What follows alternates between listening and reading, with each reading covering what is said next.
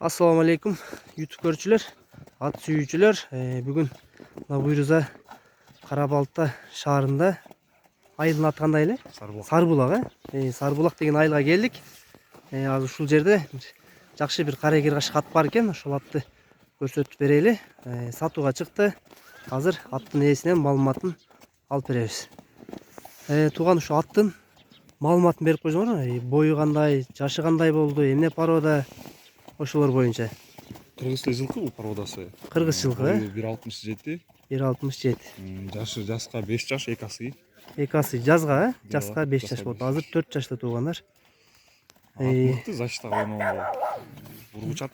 Додого чабып көрдүк дедиңер. Додого кандай болду? Аламан долуулар чап. Аламанга, Аламан долуу. жакшы болду. Баягы урушу, кирип чыгышы. Зачтан жакшы армайт, аралайт.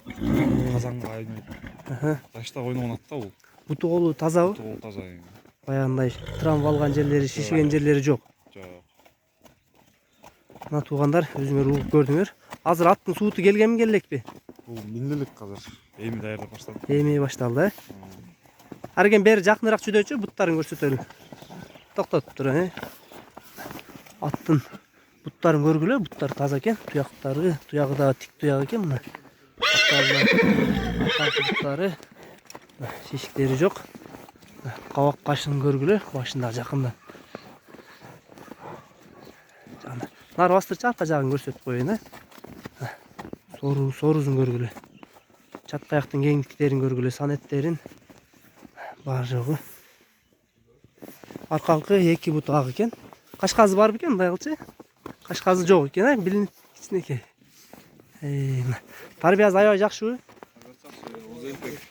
Жаман адаттар жок, баягы тиштеп, тебип.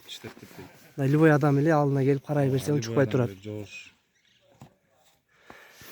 Туугандар, мына аттын болушунча маалыматын алып бергенге аракет кылдык.